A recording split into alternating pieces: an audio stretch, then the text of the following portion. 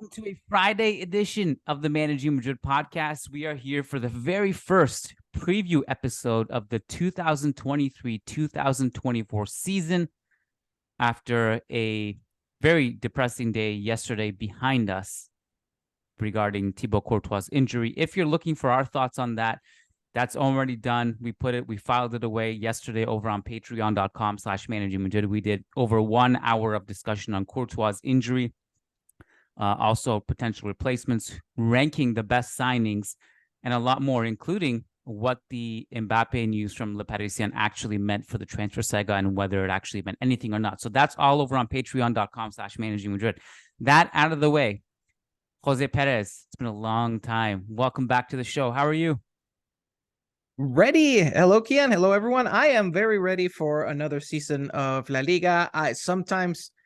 At one point, just the whole transfer market gets crazy enough, and there's just so much noise in it that I think I'm really at the point where I'm like, I'd just like to get some games going on already.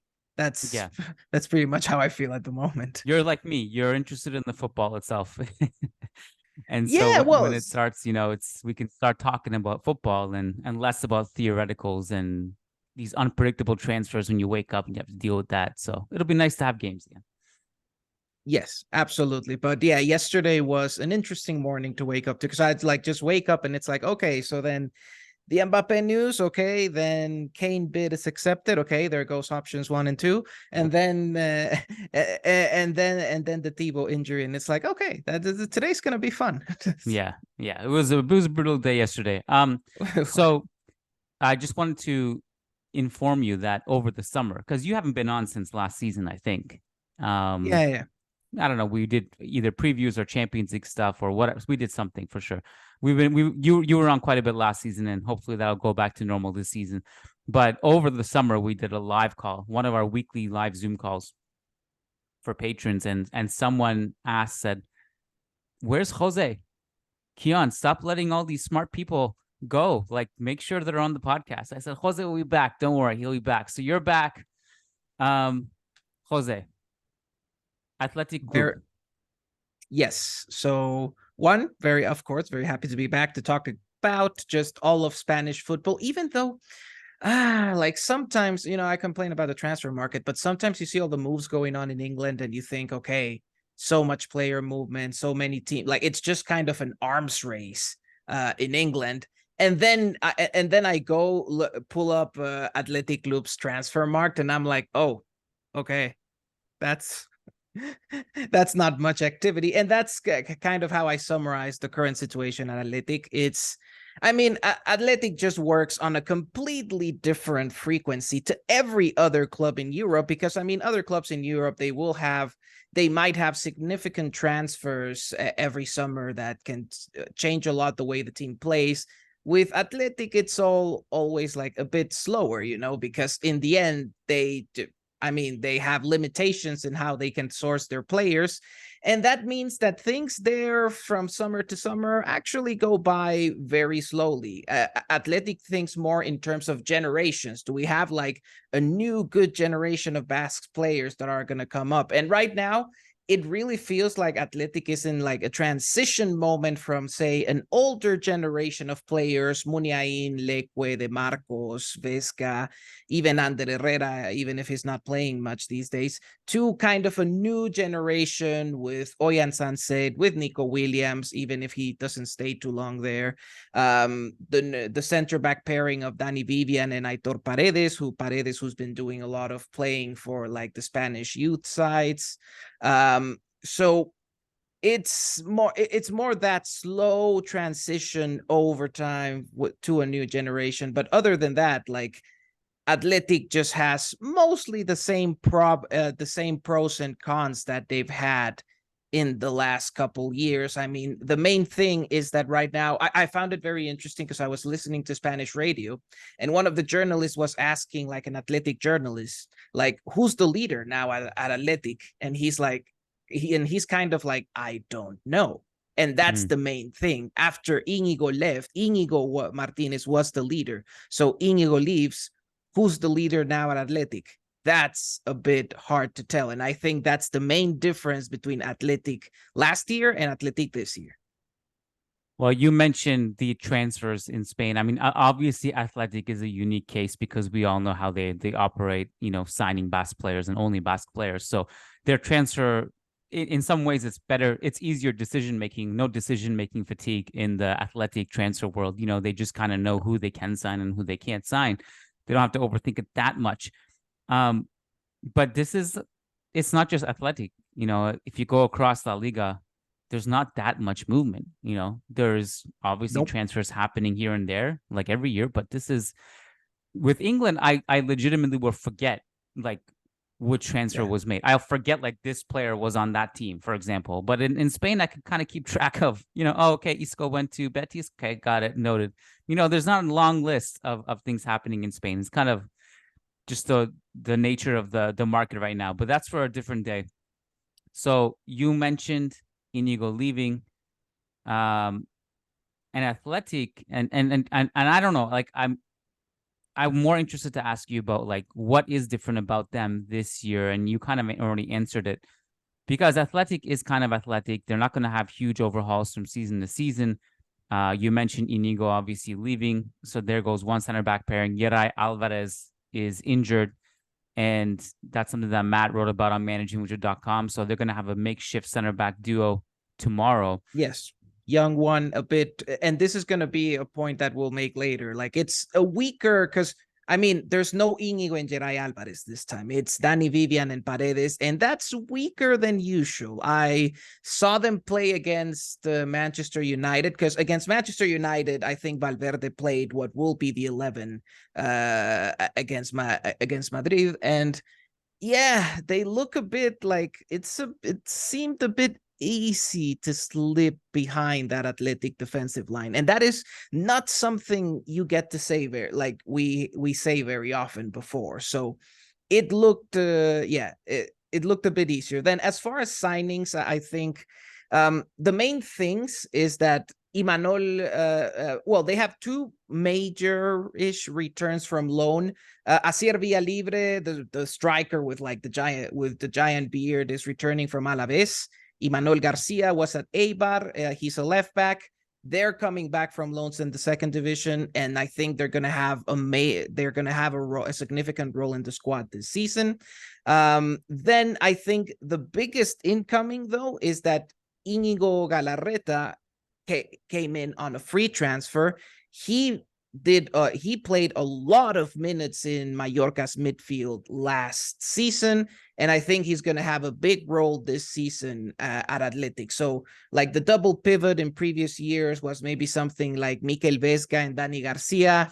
Dani Garcia is getting a bit old, and in some ways he was never really the midfield organizer that Athletic needed. So I think this season they're going to try a lot with Galarreta to see if he can become that midfield organizer. So I would say as far as the new incomings and what things could look different this season, Galarreta might be one of the biggest factors in midfield. So Athletic last season, pretty much average in goals scored and goals against, but they underperformed dramatically their expected goals against and their expected goals. So they got a little bit unlucky in that regard, but it's also more to me than labeling it as luck. I mean, this is the story with Athletic for a while now, that they just don't have someone to put the chances away clinically. Last year, they relied on Williams. I mean, both of them, and also Sunset contributed with 10.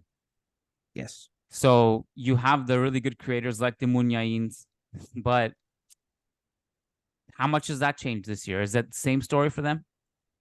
It will be, and that's the main issue. It will be the same story for them. I mean, Asier Villalibre comes back as a striker, but he's not exactly a guy who's expected to give you more than 5 to 10 goals. So it's like, that's the thing. Like Athletic, the main missing thing for Athletic again, I talk about Athletic going from generation to generation. The main thing that's been missing in this new generation for Athletic, is the striker.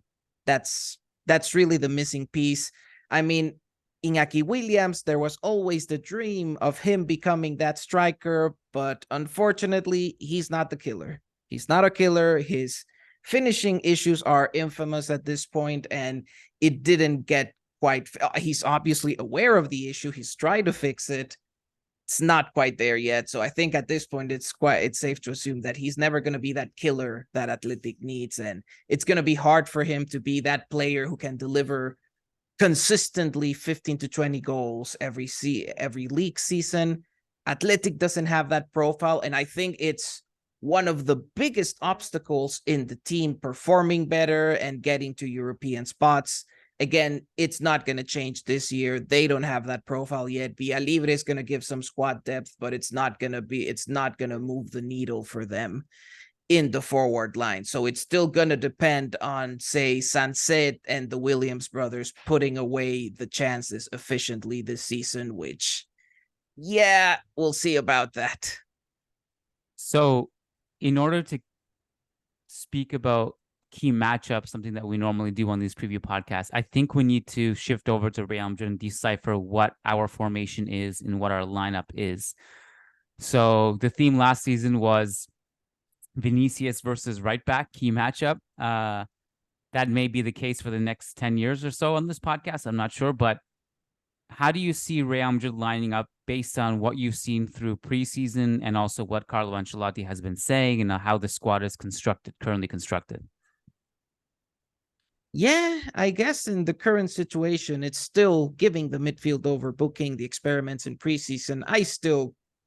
I'm kind of, I like the diamond, or at least to keep testing it. There are issues with it. Like just the whole overarching question of now our most decisive forward is Vinicius. Do we want to have a formation where Vinicius is not next to the wing in arguably his best position? That's then if I were optimistic about it, I would also think I would also go to that saying of like the best players have to move to the center at some point, either sometime in their careers or they start on the wing and then move to the center more throughout the game. But I think at some point also, if we want Vinicius to hit like really like even better goal and assist stats than what he has right now, I think it's also reasonable to think that he needs to play a bit more in the center. So it could be, this is me seeing like the optimistic perspective about this, that maybe this moving him more to the center can help unlock a bit more of his goal scoring potential. That's the optimistic version. But of course, getting to that point, we'll see. There will be some struggles because, of course, Vinicius is very used to his position on the left and he's extremely good at it. So there's not that much incentive to change it. But currently, it is what it is. It seems that there's been rumors this week of that Tchouaméni is favored to start.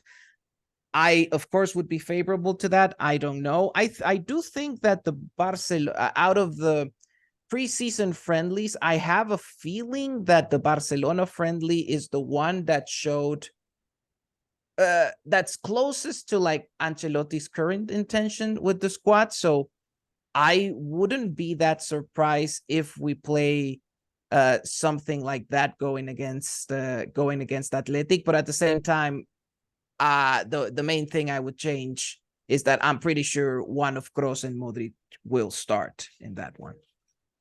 Yeah, it's interesting. I mean, like, I wonder how quickly, or if he does it, how quickly Ancelotti will go back to a 4-3-3 from the diamond. Mm-hmm. But I don't think it's going to happen right away if he does deviate from it. I think it's going to be more of like he'll give it like a 1 month at least to see how it works and functions.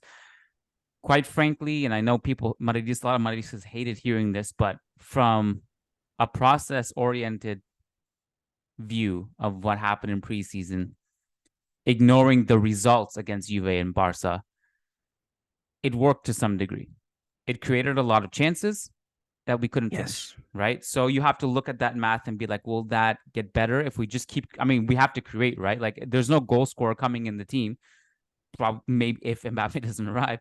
So you want to create as many chances as you can. So at least the math tells you the more you create, the more you'll score. You don't want to limit those offensive opportunities. So And Ancelotti has said, like, it's the defense we need to solve. Like, he's right on that front as well. So I just think that he'll continue with this. And regardless of if we score or not, Bellingham has looked great in that role. I think Vinicius will get the hang of it.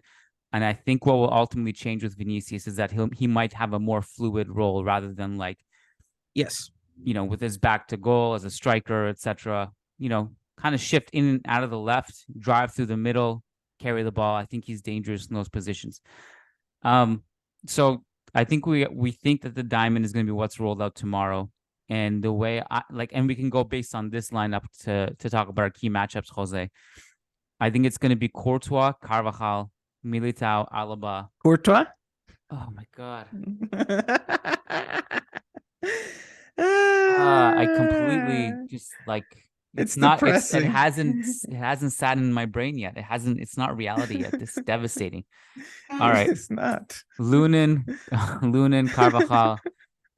I'm just sad now. Lunin, Carvajal, Militao, Alaba, Fran Garcia, Tchouaméni, Camavinga, Kroos, Bellingham, Vinicius, Rodrygo is how I think it's going to be, which means Joselu on the bench, Modric on the bench, Fede Valverde on the bench, I think is what's going to happen.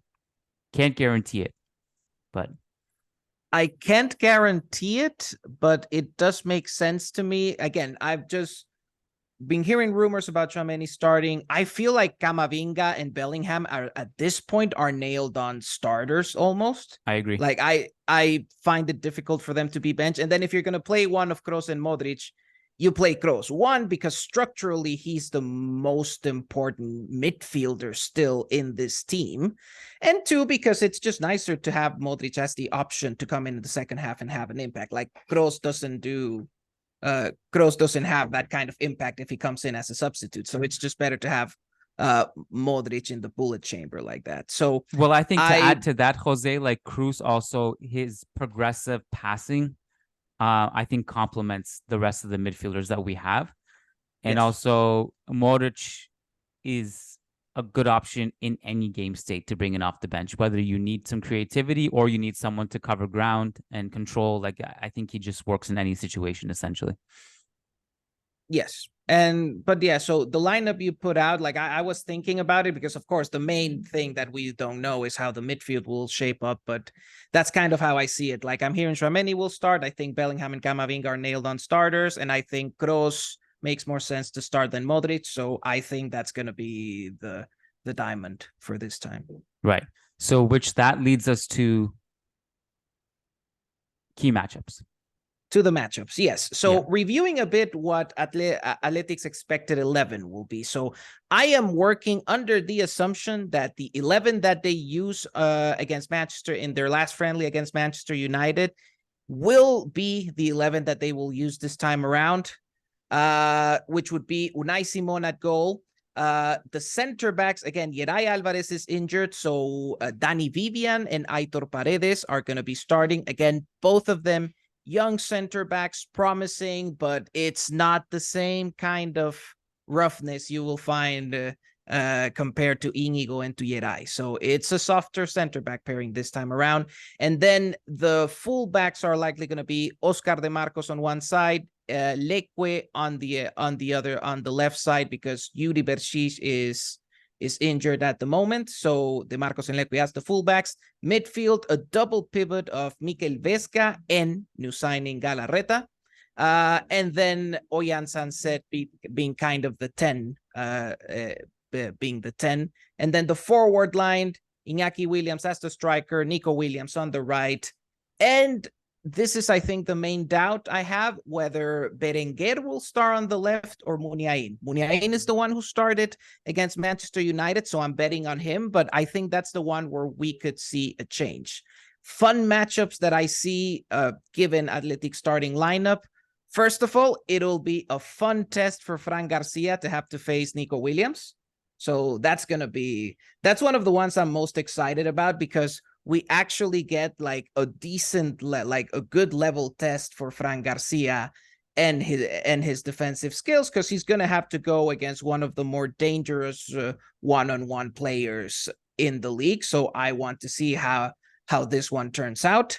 Then if Berenguer plays on the left instead of Muniain, the only concern I have is he is very aggressive at going into the box. Can he go in behind Carvajal and get into the box? So Carvajal has to be careful about tracking those runs if Berenguer starts. If Muniain starts, then he's not gonna be that aggressive. It's gonna be more of a playmaker. I think it's a bit of an easier challenge for Carvajal in that case. The other thing that I find interesting is whoever our 6 is in the diamond, likely Tchouaméni, is going to have to do some tracking of Sancet. Sancet is, I mean, he's the typical 10 kind of player, lots of mobility in between the lines, trying to run away from the defensive midfielder to find a space to receive the ball comfortably. So the 6, likely Tchouaméni, is going to have to do some tracking there and just be on the lookout and not let him receive the ball comfortably. And again, the last matchup that calls my attention is, of course, Rodrygo and Vinicius as our strikers against that young athletic duo, because on paper, they should have the advantage. I think they haven't looked that well, like in terms of defending the space behind them. There is potential to go in behind them. So that's what I'm seeing at the moment in terms of matchups. Look, like speaking this preview into existence and going over, like it gives me optimism. And of course, like Real just should be favored against almost any team in the world. But in this case, we kind of know like San Mamés is not easy. They have the 12th man, and it's Athletic, and we'll see how that shakes out. But I mean, this would really set the tone on how the season goes. And I don't mean to simplify it and talk in cliches, but it's really important to start strong and be consistent throughout the league. So hopefully a W and an impressive W. If I'm Athletic, or even if I'm Real Madrid for that matter, I think Muniain is just a better player to Berenguer. So I don't really see why. Like he's just more talented. I mean, you know what I mean? Like he's a better creator, he's a better passer. But Berenguer obviously just has a different style of profile that maybe might suit the game plan tomorrow. I don't know. Are we going to see Raul Garcia cameo tomorrow? Hope not, but it can always. You see, now he's less threat. Like before, he's at this point, what, 37 or something like that? So of course he's not the same kind of. Yeah. He's not the same kind of physical threat he was before, even like in the last year or so. It's like, okay, it's not that scary anymore. Because before every time Raul Garcia is just like, I can just imagine like one of those like wrestling memes. Someone comes into like spectacular entrance into the ring. Oh God, here we go again with this guy. Good player, but I was always scared of our player's health when he entered. Fortunately, it's not the case anymore because, of course, physically he's not at the same place he was. It's really funny. There was Osasuna signing like a young Raul Garcia, like another guy named Raul Garcia, and I just see the signing and it's like, what happened here? And it's like, I still have like the Raul Garcia trauma. It's okay. There's only like 2 transfers to keep track of in Spain, so you'll get used to the 2 Raul Garcias at Osasuna pretty quick. Yes. All right. Well, is there anything else, Jose, before we wrap it up here? No. As far that's that. Like it's of course never an easy game at San Mamés because again, athletic press. It's always hard to get out of the press. But I think we are facing an opponent that, let's be honest, Athletic, even if they dominate you, they don't quite have the tools to turn it. Like it's a bit of a similar situation to Real Madrid right now, where even if you dominate, they don't quite have the tools to actually score goals out of that dominance. And in that sense, I think they're in a worse spot than Real Madrid. So ultimately, I think, of course, Real Madrid has the edge because of the player quality and because there's still more scoring talent in this team than in Athletic. So that's the main thing. Like, even if Athletic dominates, it's going to be hard for them to score goals. So I find it a bit, it can always happen, but I find it a bit hard for Athletic to get, well, it's going to be a low scoring game overall. That's kind of what I'm expecting. Something of a 1-0, 1-1 kind of thing. Very, very, very possible.